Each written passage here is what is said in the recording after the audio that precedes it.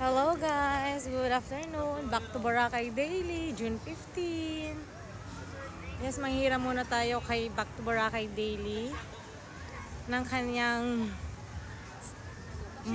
logo. Sana ma-meet namin or makasalubong namin si Back to Boracay Daily. Tingnan nyo guys, oh high tide. Yan. High tide.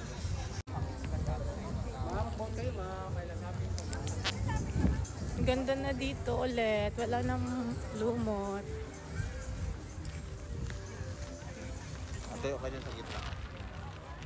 Yung lumot dito, January, February, March, April, May. Pag June onwards, wala nang lumot guys. Yan guys, so wala nang lumot. Ang ganda na ulit. Madami rin naman tao dito for now. Kaya hindi kami nabubuk dito ng January to February, March, April. Kasi alam namin may lumot talaga. Though, normal yun dito sa Boracay. Kasi yun yung nagpapaganda din ng white sand nila dito. So, ang ganda na dito guys, pumunta. Favorite place namin dito sa Boracay. I think 2023 lang ata kami dito hindi nagpunta. So yun, and by the way, namit ko pala yung isang vlogger dito sa Boracay na nakatira. Si Fatu.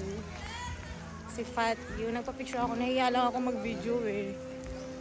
Sana si Daily Boracay naman yung makita ko. Hello, kung maririnig mo to, Daily Boracay. So, hindi ko na nakunan lahat ng food na buffet dyan kasi tamad na ako at gutom na.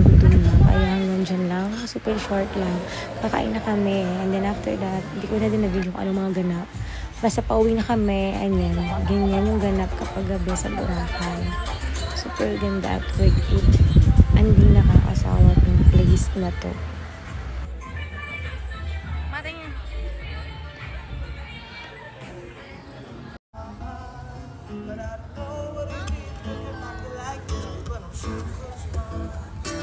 Naglalakad na kami pauwi, pabalik sa hotel kasi syempre busog. So, dahan-dahan kami naglalakad from station 1 hanggang station 2.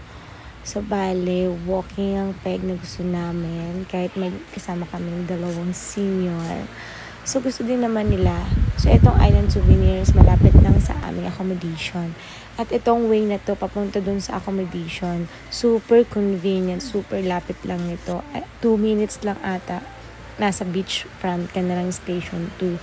Tsaka maganda dito kasi andyan yung 7-Eleven, police station, safe na safe ka kasi harap lang mismo ng police station yung accommodation namin eh. The Alice Wonderland Hotel. Super ganda dito, super low race lang siya.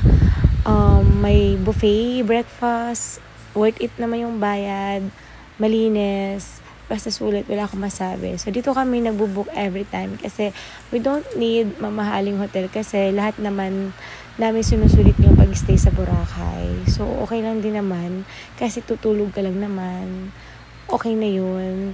Maganda naman, basta okay, happy ka, ginusto mo yung place.